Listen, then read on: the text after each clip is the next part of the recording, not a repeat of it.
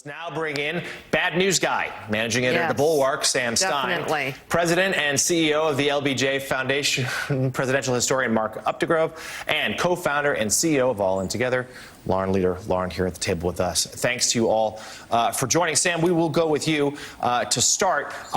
We've seen a series, actually, of a sort of worrisome economic data points in the last week or two that show concerns about the economy now, but more of that, as Dom just said, really reflecting worries about what's coming, the full-on impact of this trade war of President Trump's tariffs. He spent a lot of time last night in Michigan trying to explain to his audience why they would eventually help.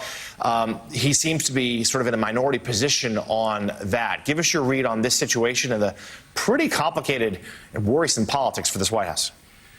Yeah, I mean, the GDP number is not great, but it's not, as Dom said, it's not terrible, because if you look underneath, consumer spending's fine. Job growth from last month was fine, pretty good, actually. What's really happening is a psychological warfare on the consumer and the business that's being waged by this White House. In anticipation of these tariffs, you're seeing a massive spike in imports. And really, the number that's worrisome is consumer confidence, right? People are just not feeling good about this economy. They're probably preparing to spend less, earn less. And that could have profound economic ripple effects. So, it's like we're in this weird position in which the president's kind of holding a gun to the economy, threatening to shoot it. We don't know if he's going to do it, and everyone's getting prepared for the shot to be fired. Now, I would just add one thing. This quarter was not the quarter where people were expecting bad numbers. It's the next quarter when the tariffs do kick in, if they do kick in, I should say. And already that ADP number about job growth coming in well below expectations, I mean, that's, if you're the White House, you're sitting there, you're looking at those numbers, you're like, this is not looking particularly great. We're going to start seeing the impact of the tariffs actually in Q2. We're going to start seeing the impact of the DOGE job cuts soon in the April jobs data.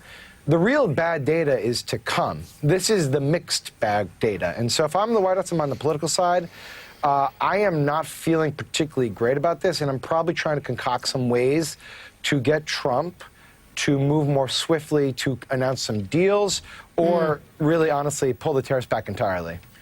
So, Mark, your new piece for Time is entitled The Most Significant First 100 Days Since FDR, and you highlight the multiple themes that you see playing out in the second Trump administration, where you say, both FDR and Trump's 100 days, both incredibly impactful on these themes, but in different ways. Tell us about it. Entirely different ways, Mika. FDR instituted the New Deal in his first 100 days. That's why we have the first 100-day benchmark, because of the Great Depression. And Roosevelt comes in and he ushers in really activist government for the first time in American life and creates these agencies to mitigate the ravages of the Great Depression. And in so doing, he not only helps to minimize the Depression for many Americans, but he also ends up saving democracy itself. With Donald Trump, we have a completely different situation. We have him dismantling government, wielding an axe to government itself, to the economy, to our alliances abroad. He has a penchant for destruction, even though he built his name as a builder. So we don't know, to Sam's point, Mika, we don't know what comes next. These are seismic shifts in American life, and we have yet to see the downstream effects. So it's antithetical to what we saw from FDR almost 100 years ago.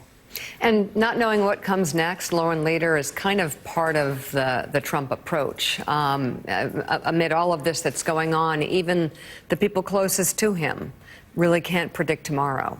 I mean, that's, I think, what has been such a, I mean, there's one hallmark of the last 100 days, it's the chaos and the unpredictability and the fact that absolutely nobody knows what's coming next. And it's actually a pretty effective strategy, because it means we constantly move on from the crises that are in front of us, whether that's, Signalgate and the national security implications, which, are now off the radar, even though we talked about it for weeks here, to, the next round, the deportations of potentially American citizens. Firing up the cybersecurity. Firing of cybersecurity. I mean, the list is so long, but this is what Trump is known for. And it's, that's what I think Americans are reacting to. It doesn't feel good.